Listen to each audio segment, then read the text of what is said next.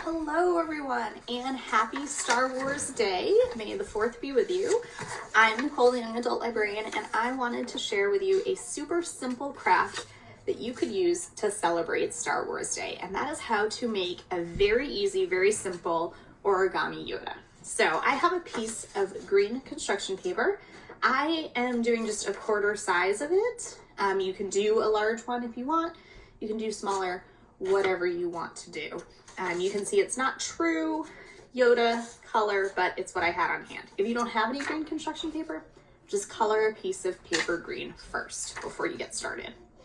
So to fold it, what you're going to do is just fold it into thirds. And it is fine that your paper isn't square. It doesn't need to be for the Yoda craft. So you're going to fold it into thirds. So you can either do it by folding it like this, which is what I find easiest, just to make sure it's,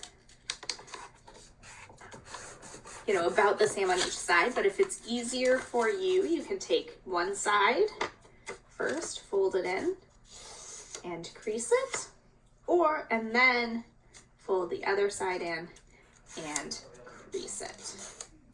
So that is step number 1.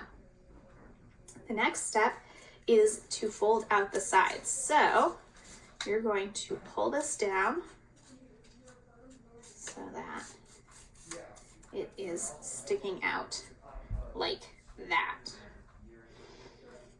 And then you're going to reach in and you're going to pull the other side out as well. And you want them to kind of match. So just guess as well as you can so that the points sort of match up, and then you crease it just like that. And you're almost done. There's only one more step left, and that is simply to fold it over like this. So then you draw the Yoda face on it, and these are the ears. If you have a small enough piece of paper, it can become a little finger puppet, or if you do it on a bigger one, it can be a hand puppet.